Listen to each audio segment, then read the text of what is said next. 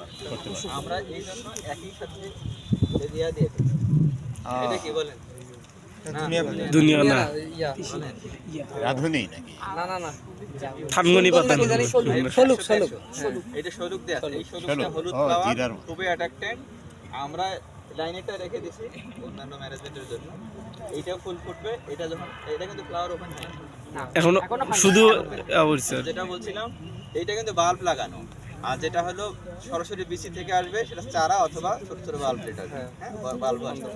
আরেকটা করা হয় হলো গুটি পেঁয়াজ, মানে যেটা আমরা বলি যে এই এলাকায় ভাষায় বলে ওই শীতের আগে সেপ্টেম্বর মাসে আগে লাগায় মুড়ি পেঁয়াজ নাকি পেঁয়াজ লাগায়। ওই পেঁয়াজটা একটু বড় হলে বিক্রি করে বাজারজাত করে মুড়ি কাটা পেঁয়াজ বলো ওটা মুড়ি কাটা পেঁয়াজ যেটা করে।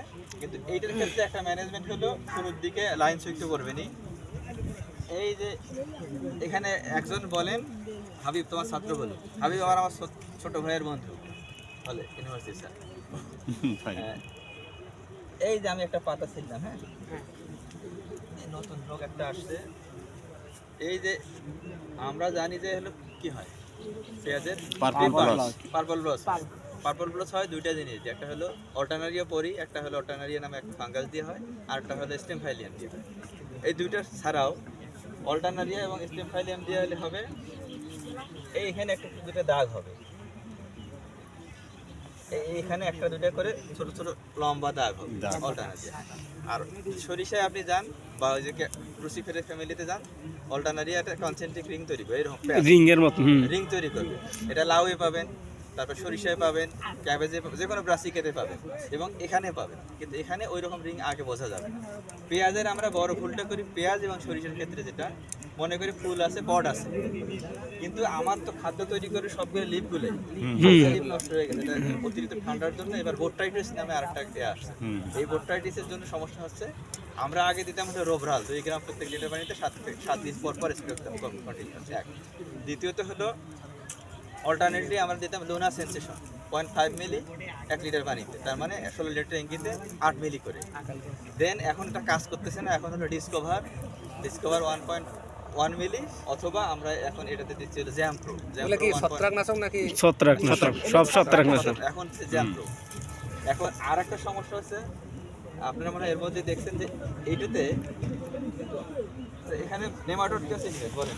নেমাটোড কৃমি জাতীয় যেটা, হ্যাঁ এখানে নেমাটোড গাছ দেখে বুঝবেন কি আমরা তো পরীক্ষা একটা পাতা আপনাদের ছেড়ে দেই, দেখেন কেউ চিনেন কিনা নেমাটোড আক্রান্ত গাছ?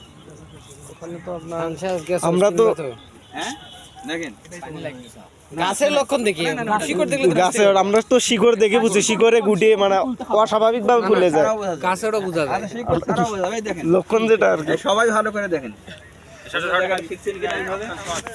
দুধ বের হয় না। এই পাতাটা দেখেন দুধ থেকে কলার সতর ভাঙানোর মতো মনে হচ্ছে না? এই গাছের গোড়ায় নেমাটোড আছে, অথবা ফ্লেভিটেল অথবা গ্রাব আছে। একটা নতুন এখন এটা করছে যে পেঁয়াজের স্টেম কোনটা বলেন? 5th ইয়ার বলা উচিত। এইটা হলো পেঁয়াজের লিফ, তো বুঝতেছি আমি। স্টেম কোনটা? এটা লিফের অংশ আছে, এদিকে লিফ নিচেরটা পেঁয়াজটা কি? পেঁয়াজটা তো বাল, হ্যাঁ আর তার উপরে কি এটা অ্যাকুমুলেশন আরো সুনির্দিষ্ট করে বল, মানে লিফ শীটগুলোকে একসাথে করছে, জড়া ধরে আছে, তাই না? তাহলে স্টেম কই গেল? এটা মানে না উপরে হলো যেখান থেকে শিকড় বের হয় শক্ত অংশটা হলো স্টেম, ওর নিচের গোড়া যেটা স্টেমই হলো এই পোকাটা আক্রমণ করে যায় মেটেলটা, তারপরে বের হয়। এই যে কলার এই দেখেন জমিতে হাঁটতে গেলে যদি এইরকম দেখা যায় তাহলে বুঝুন এটা নেমাটোড আক্রান্ত।